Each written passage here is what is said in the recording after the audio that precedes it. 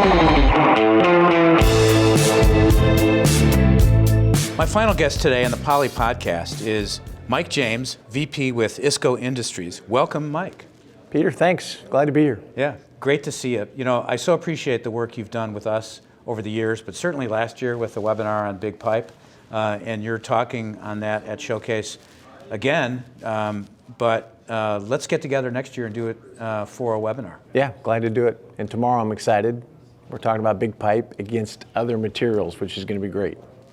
Well, that's kind of what I've noticed, Mike, is that, you know, the industry is quoting bigger polyethylene jobs, larger transmissions, thicker walls, and, you know, some of these engineers, they want to see a 48-inch 11. Is that something we're making? Well, it's challenging for sure today, but that's where the industry is headed. And tomorrow we're going to talk about a few case studies, not just our company, but really the industry that have performed on big pipe projects.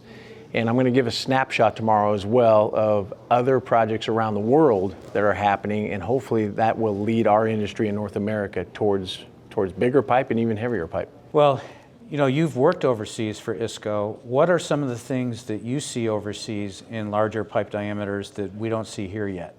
Well, certainly the diameters in other countries are bigger than what we're using now.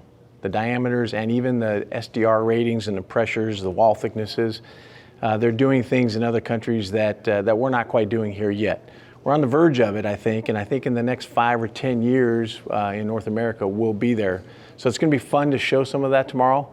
There's massive intake lines, desal projects, power plant projects, water lines that are being done around the globe that our industry here needs to see. Are these raw water? Are these transmission? Are these getting it from the lake or the river or the ocean to a distant plant? I mean, what kind of jobs are they? Yeah, it's really all of those. And what we're seeing are certainly, you know, when a new power plant is being built in the Middle East or in Asia, they're typically pulling in intake water, right, from either a lake or the sea.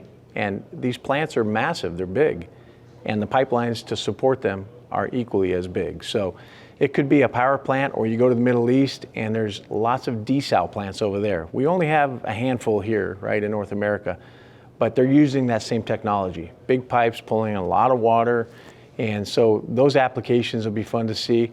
There's other things like seawater, air conditioning, there's distribution lines, and then of course the everyday business that we have are big, massive water transmission lines that we don't play in that market right now. So is the large plants overseas, are they all using polyethylene now, or are they still using concrete and steel? No, it's a variety of materials. Some of it's fiberglass pipe, some of it's steel pipe. It really depends on the application and where it's at, but it's really all other materials, but HDPE is now entering into those markets.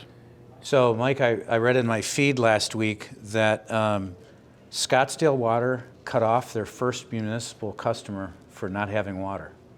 So it was actually a subdivision in North Scottsdale. Wow. That got cut off. We haven't seen that yet in California, at least residential and commercial. We see it in agricultural. Interesting. What have you been seeing out west? Well, I haven't seen that, and Scottsdale's just a couple hours down the road yet, so that's interesting news. But you know, water in the West is so important, and we all know that in the West, you know, we just don't have enough rainfall to produce enough water, and we're draining our lakes and our rivers.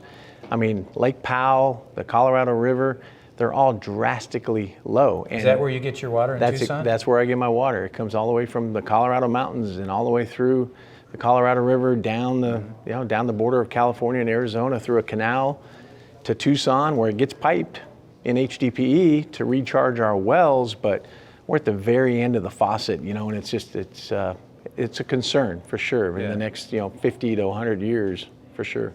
If you're a sales guy for polyethylene and you're calling on municipal customers, what message do you want to share with people so they have a better understanding of how to sell polyethylene and how to educate people about, hey, you really ought to consider us?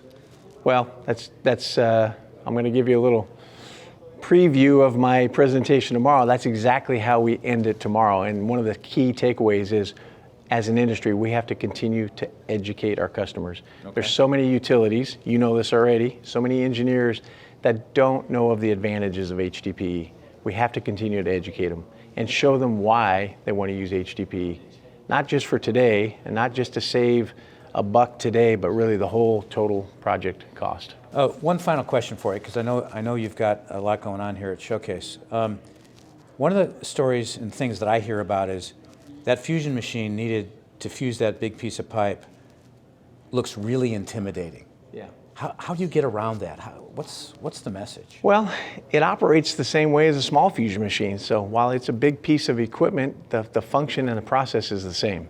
And we have experts in our industry that can help do that. So people don't need to be intimidated. But I also think when you're putting in large diameter steel pipe or other pipes, they're dealing with big equipment already. Yeah, they bring a whole lot more cranes out there than we have. They sure do. Don't They sure do. So we'll help them get through that. Yeah. Well, this is awesome. Mike James, Isco Industries, so great to see you. Thanks for coming in today. Thanks for having us.